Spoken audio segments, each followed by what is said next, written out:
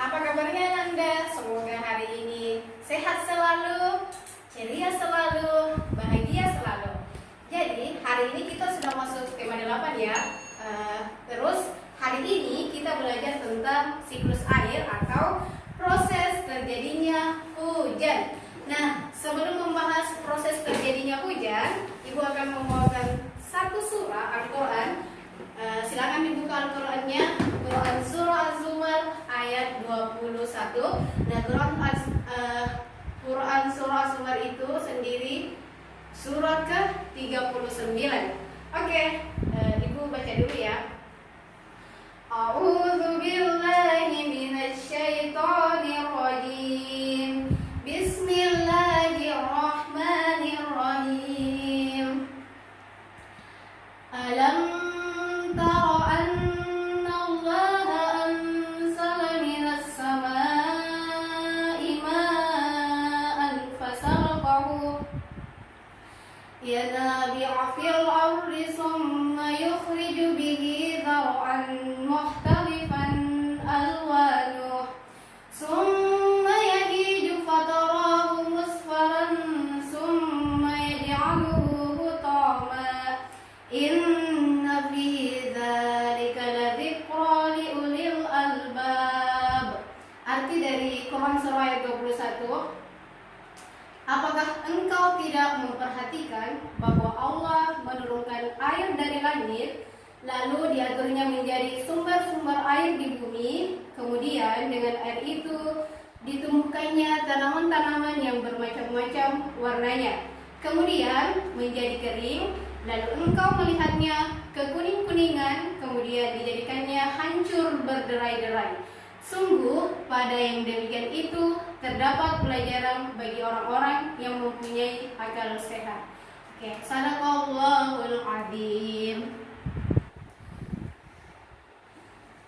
Baik, sahabat-sahabat sekalian. Jadi Quran Az-Zumar itu mengajarkan kita bahwa Allah menurunkan rahmatnya, alias Allah menurunkan hujan ke bumi. Lalu setelah Allah menurunkan hujan ke bumi, ditumbuhkannya tanaman-tanaman. Lalu setelah ditumbuhkannya tanaman itu tumbuh subur. Lalu setelah tumbuh subur, tanaman itu kemudian menjadi kekuning-kuningan. Setelah kekuning-kuningan, tanaman itu kemudian berderai-derai. Oke, berderai-derai artinya rontok alias sudah mau mati ya begitu. Jadi sama juga dengan manusia. Manusia pada awalnya sehat, akhirnya jadi nenek-nenek begitu ya. Akhirnya jadi meninggal dunia, tapi tidak selamanya hidup manusia seperti itu ya. Intinya marilah kita dari sekarang memperbaiki diri kita, apalagi sudah mau masuk bulan Ramadan Ananda sekalian. Baik, jadi kembali ke pembahasan sebelumnya, Ananda sudah tahu apa sih itu manfaatnya air untuk kehidupan kita? Apa sih manfaatnya air untuk manusia? Yang kedua, apa manfaatnya air untuk hewan? Terus yang ketiga, apa manfaatnya air untuk tumbuhan? Nah, berdasarkan data internet, Anda sekalian, jadi tubuh orang dewasa alias tubuh remaja itu membutuhkan air sekitar 60 sampai 75%. Oke, sedangkan nenek-nenek begitu ya membutuhkan air sekitar 50 sampai 60%. Terus bayi membutuhkan air sekitar 80%. Jadi air itu untuk kebutuhan manusia itu sangat penting ya. Dan dengan air otak kita semakin berkembang dan otak kita lebih bisa berkonsentrasi. Jadi anak-anak sekalian rajin-rajin ya minum air, tapi bukan air hujan ya, air yang dimasak. Baik. Yang kedua adalah fungsi air, manfaat air untuk tumbuhan. Terus banyak yang manfaatnya air untuk tumbuhan. Jadi dengan air hujan yang turun ke bumi, tumbuhan akhirnya bisa menyerap air, dan dengan air tersebut tumbuhan juga bisa minum ya begitu istilahnya. Terus kalau hewan, banyak juga yang manfaatnya air untuk hewan.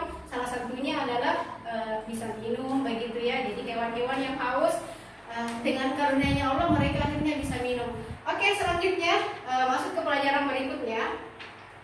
Nah, siklus ini atau siklus air atau proses terjadinya air terbagi atas 4 ya. Ada namanya kondensasi. Terus yang kedua ada namanya presipitasi. Terus yang ketiga ada namanya evaporasi. Terus yang keempat ada namanya transpirasi. Oke, Anda pasti bertanya-tanya, apa sih itu siklus air? Nah, siklus air, oke, masuk ya ke pembahasan berikutnya. Jadi, siklus air adalah proses. Siklus air adalah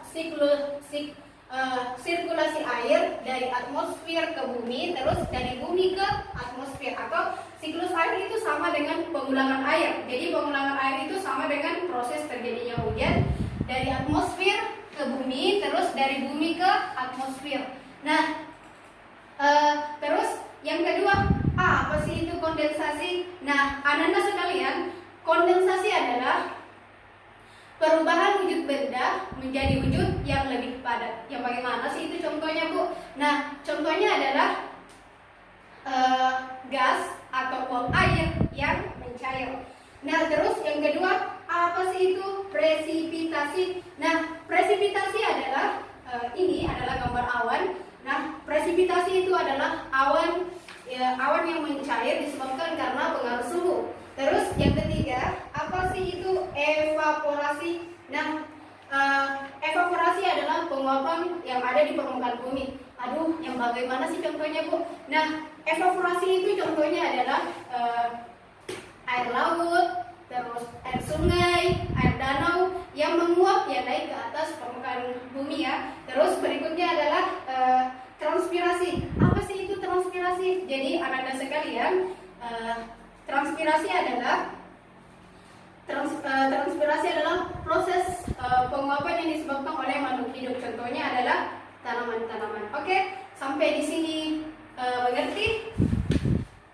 Jadi tujuan pembelajaran kita hari ini, saya berharap anak-anak sudah bisa mengetahui apa sih itu siklus air, yang kedua apa itu kondensasi, terus yang ketiga apa itu presipitasi, terus yang berikutnya apa sih itu evaporasi, terus berikutnya apa sih itu transpirasi.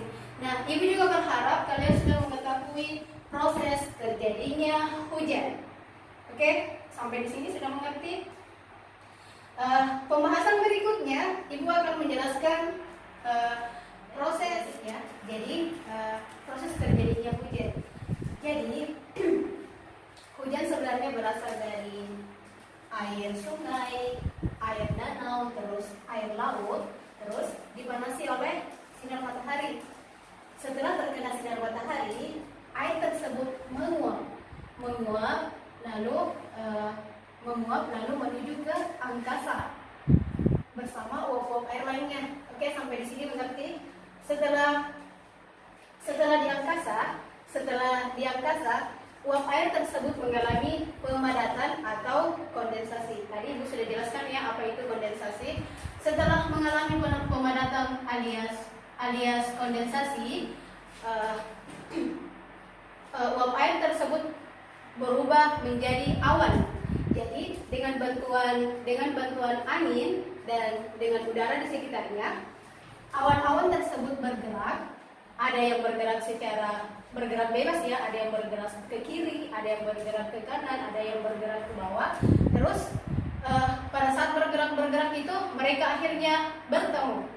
Nah, setelah bertemu, awan tersebut menuju ke atmosfer. Nah, atmosfer sendiri itu adalah lapisan bumi ya. Nah, setelah menuju ke atmosfer, awan tersebut menuju ke suhu yang lebih rendah, terus menuju ke sini ya, namanya presipitasi. Oke, karena awan tersebut tidak mampu menahan, karena angin tersebut tidak mampu menopang, jadi akhirnya setelah mengalami proses presipitasi, awan tersebut berubah menjadi butiran-butiran kecil alias es, terus menuju lagi ke suhu yang lebih rendah. Jadi hujan itu mengarah ke suhu yang lebih rendah. Jadi turunlah hujan. Nah,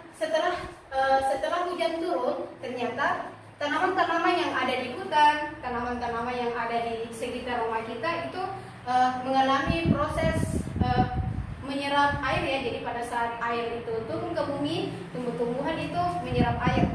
Nah, setelah menyerap air, setelah akar-akar tumbuhan menyerap air, air tersebut lagi mengalami infiltrasi. Jadi infiltrasi itu artinya anak-anak sekalian merembes. Jadi merembes menuju air tanah. Jadi apa sih yang dinamakan itu? Air sumur, terus setelah air sumur, mata air begitu, itu sebenarnya sebagian berasal dari sini ya. Jadi berasal dari air tanah. Oke, setelah itu menuju lagi air tanah ini menuju kembali ke laut. Jadi begitu seterusnya. Jadi air laut, air danau, air sungai karena terkena cahaya matahari akhirnya mereka menguap. Jadi akhirnya karena mereka menguap terjadilah hujan. Oke, yang belum mengerti silakan dijawab ke saya.